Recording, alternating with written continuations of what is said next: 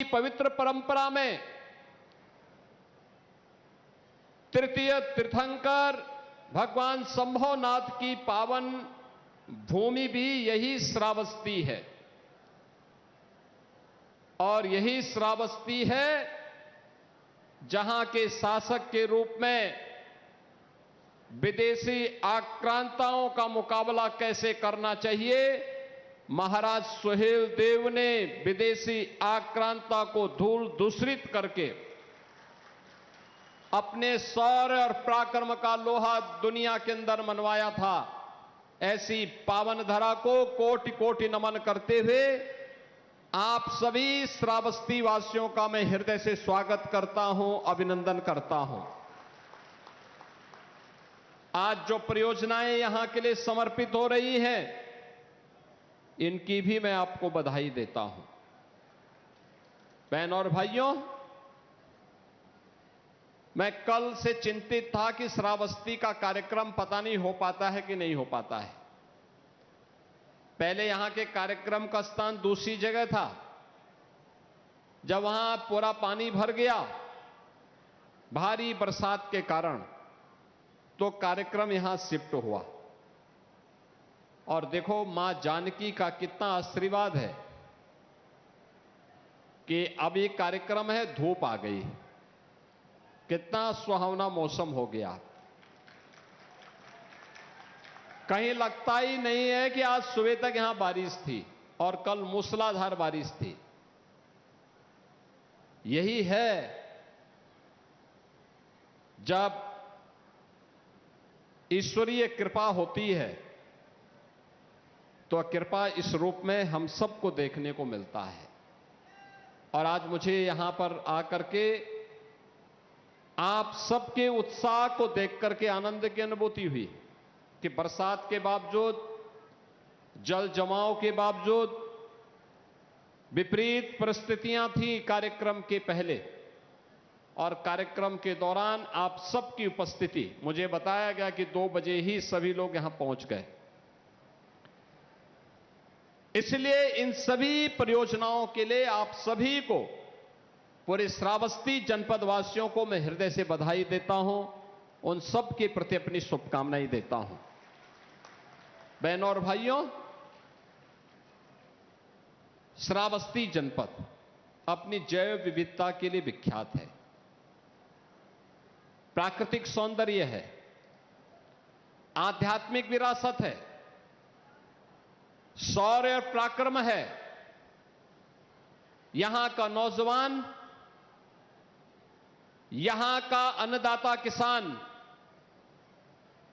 यहां का कारीगर जब भी उसको उचित प्लेटफॉर्म प्राप्त हुआ, उसने अपनी प्रतिभा का लोहा हर एक स्तर पर मनवाया है। इतना समृद्ध आध्यात्मिक विरासत के बावजूद रामायण कालीन, महाभारत कालीन और सैकड़ों और हजारों वर्षों की विरासत को अपने साथ समेटे हुए बौद्ध कालीन हो, जैन तीर्थंकरों की परंपरा हो, महाराज सुहेल देव की परंपरा हो, या फिर आधुनिक भारत में भी जब भी कोई कार्य और महत्वपूर्ण उपलब्धि को आगे बढ़ाने की रही हो, यह क्षेत्र और यह जनपद कभी पीछे नहीं रहा। लेकिन बहनों और भाइयों, जो अपेक्षित विकास श्रावस्ती जनपद का होना चाहिए था, याद करिए 70 वर्षों तक रेलवे लाइन से यह क्षेत्र दूर रहा, 75 वर्षों तक दूर रहा। आज हम सब आभारी हैं प्रधानमंत्री मोदी जी के, जिन्होंने बहराइच, श्रावस्ती, बलरामपुर से खलीलाबाद की रेल लाइन को स्वीकृति दी और कार्य तेजी के साथ आगे बढ़ा। यानी रेल कनेक्टिविटी आपकी अब पूरी होने जा रही है। विकास कैसे होना चाहिए? आज एयर कनेक्टिविटी भी, यहां पे एयरपोर्ट बन गया है, उसका विस्तार हो रहा है और विस्तार होते ही, नए एयरक्राफ्ट आते ही श्रावस्ती में भी वैसे ही वायु सेवा जुड़ेगी जैसे अयोध्या धाम को जोड़ चुकी है। 4 लेन की कनेक्टिविटी के साथ श्रावस्ती को जोड़ने की हमारी तैयारियां चल रही हैं। विकास के हर बड़े कार्य आज श्रावस्ती में दिखाई देते हैं और श्रावस्ती के इसी विकास के अभियान को आगे बढ़ाते हुए आज सीता द्वार में आए हैं, तो सीता द्वार के विकास के लिए भी कुछ नया कार्यक्रम बनना चाहिए। इसके लिए भी आपको आश्वस्त करने के लिए मैं आपके बीच आया हूं। बहनों और भाइयों, यह कार्य पहले भी हो सकता था। आज से 9 वर्ष पहले भी हो सकता था, 50 साल पहले भी हो सकता था। देश तो 1947 में आजाद हो गया था। आजादी के बाद लंबे समय तक कांग्रेस ने शासन किया, लेकिन इस क्षेत्र के विकास के लिए उन्होंने कुछ नहीं किया। विकास के लिए क्या करते? उन्होंने जो यहां की धरोहर थी उसको नष्ट करने, उसको मिटाने और इस क्षेत्र को पीछे धकेलने में कोई कोर कसर नहीं छोड़ी। आपने देखा होगा, श्रावस्ती की कनेक्टिविटी नहीं थी। भगवान बुद्ध से जुड़ा हुआ है, भगवान शंभोनाथ से जुड़ा हुआ है, मां जानकी से जुड़ा हुआ है, लेकिन बेहतर कनेक्टिविटी नहीं। न रेल की है, न एयर की थी, और सड़क के तो कोई पूछने वाला ही नहीं था। महाराज सुहेलदेव, जिनके कारण हम सब जीवित हैं, महाराज सुहेलदेव की परंपरा को सम्मानित करने की बजाय इन्होंने एक विदेशी आक्रांता सालार मसूद गाजी के नाम पर मेला लगाना प्रारंभ कर दिया था। जब हमारी सरकार आई तो तब मैंने कहा कि भाई देखो, विदेशी आक्रांता के नाम पे कोई मेला नहीं लगेगा, किसी विदेशी आक्रांता के नाम पर कोई आयोजन नहीं होगा, और जो आयोजन करेगा उसके खिलाफ हम कार्रवाई करेंगे। ये स्वतंत्र भारत है। स्वाधीन भारत में विदेशी आक्रांताओं का सम्मान नहीं हो सकता है, लेकिन एक कांग्रेस और समाजवादी पार्टी के लोग हैं कि इन्हें भगवान बुद्ध अच्छे नहीं लगते, भगवान शंभोनाथ और जैन तीर्थंकरों की पवित्र परंपरा ने अच्छी नहीं लगती, इन्हें मां जानकी के रामायण कालीन उस समृद्ध परंपरा इन्हें अच्छी नहीं लगती, इन्हें महाराज सुहेलदेव की परंपरा अच्छी नहीं लगती, इन्हें तो गाजी मियां का मेला लगवाना था और ये वही कार्य करते थे। और इसीलिए इनकी दुर्गति भी हो गई, इसीलिए दुर्गति भी हुई है। और आज मैं कह सकता हूं, आज श्रावस्ती की कनेक्टिविटी अच्छी हुई है। बहनों और भाइयों, ये जो कार्य आज श्रावस्ती में दिखाई देता है, इसके लिए समय निकालना पड़ता है, समय देना पड़ता है, उसकी समीक्षा करनी पड़ती है, लगातार पैरवी करनी पड़ती है। रामफेरन पांडे जी, साकेत मिश्रा जी, प्रज्ञा त्रिपाठी जी, पदम सेन चौधरी जी, ये सभी लोग लगते हैं, तब परिणाम सामने आते हैं, तब ये कार्य यहां हो पाते हैं।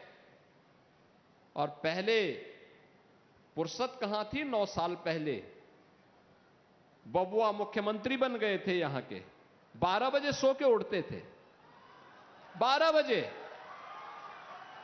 और 12 बजे सोकर उठते थे, 2 बजे तैयार होते थे, और फिर चच्चू जब उसको कुछ पढ़ाते थे तब जाकर के कुछ समझ में आता था, फिर 5 बजते बजते जिम चले जाते थे, और जिम जाने के बाद आए तो उनकी अपनी महफिल बैठ जाती थी, तो फिर कहां सुध बुद्ध थी प्रदेश के बारे में। और यही प्रदेश के अंदर होता था। हर जनपद में एक माफिया, हर थाने में एक गुंडे का कब्जा हो जाता था। तहसीलों में भू mafia, land mafia, sand mafia, one mafia, पशु माफिया, इनका कब्जा हो जाता था। आम जनता टकटकी लगाई देखती रहती थी। न किसी गरीब को राशन, न स्वास्थ्य की सुविधा, न पेंशन की सुविधा, न मकान की सुविधा, न शौचालय की सुविधा। नौजवान की नौकरी में ये सेंध लगाते थे। अन्नदाता किसान को योजना से वंचित करके बदहाल करते थे और कारीगरों को अपमानित करते थे। परिणाम क्या था? यूपी बीमार हो गया, श्रावस्ती उससे भी बदहाल हो गया। विकास के पायदान पर पिछड़ते पिछड़ते दुर्गति हो गई। जब प्रधानमंत्री जी ने देश के अंदर 100 ऐसे जनपदों की सूची निकाली जो सबसे पिछड़े हैं पूरे देश के अंदर, उसमें से श्रावस्ती भी एक था। उनमें श्रावस्ती भी एक था।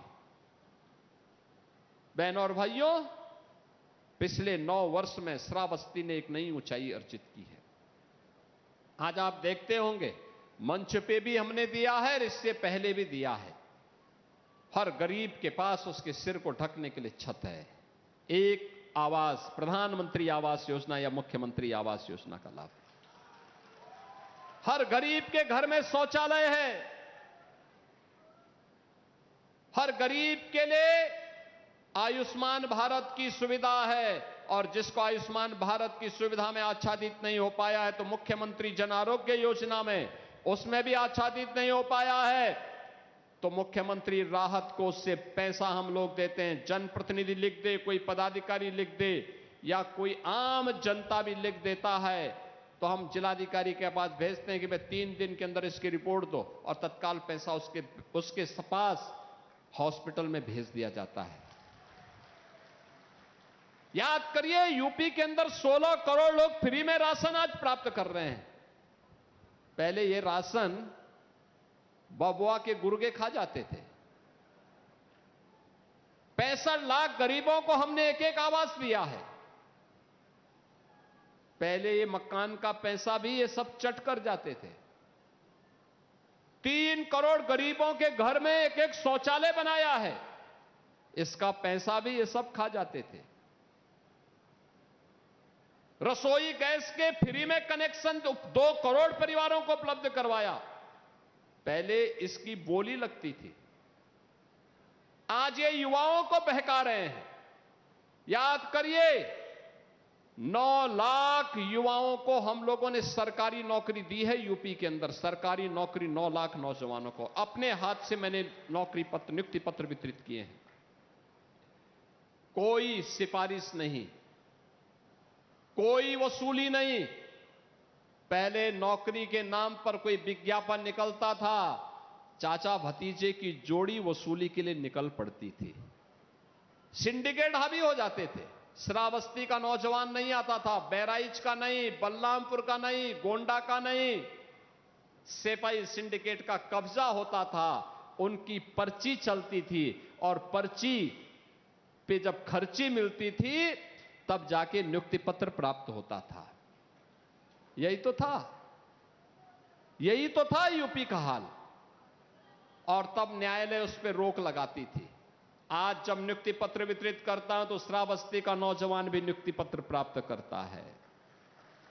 याद करना, यूपी पुलिस हो, शिक्षक की भर्ती हो, आंगनवाड़ी भर्ती हो, या Uttar Pradesh public service commission या अधीनस्थ सेवा चयन आयोग की किसी भी परीक्षा में श्रावस्ती के नौजवान को भी सरकारी नौकरी मिलती है। आज निवेश केवल एनसीआर में नहीं, श्रावस्ती में भी निवेश होता है। आज माफिया नहीं, बल्कि 1 डिस्ट्रिक्ट 1 प्रोडक्ट है, और अभी हम 1 डिस्ट्रिक्ट 1 मेडिकल कॉलेज की तरफ भी, श्रावस्ती की तरफ भी आ रहे हैं। अब मच्छर और माफिया का आतंक नहीं है। अब तो एस्पिरेशनल डिस्ट्रिक्ट से आपका श्रावस्ती इंस्पिरेशनल डिस्ट्रिक्ट बनकर के एक नई चमक के साथ देश और दुनिया को अपनी ओर आकर्षित कर रहा है। और बहनों और भाइयों, इसी के लिए मैं आपके पास आया हूं। हमने पहले दिन कहा था ना, जब मुख्यमंत्री की शपथ ली थी, हमने कहा था अपराध और अपराधियों के प्रति जीरो टॉलरेंस रहेगी। इस छांगुर को हम लोगों ने यही बलरामपुर में पकड़ा था। कैसा बेवकूफ बनाता था, छद्म भेष में कालनेमी के रूप में रहता था। पकड़ करके जेल के अंदर ठूंसा है उसको। उसके द्वारा जो अनैतिक और अवैध कार्य किए जा रहे थे, सब पर बुलडोजर चल करके आज स्वाहा हो चुका है। अब छांगुर और उसके गुर्गे धराशायी हो चुके हैं।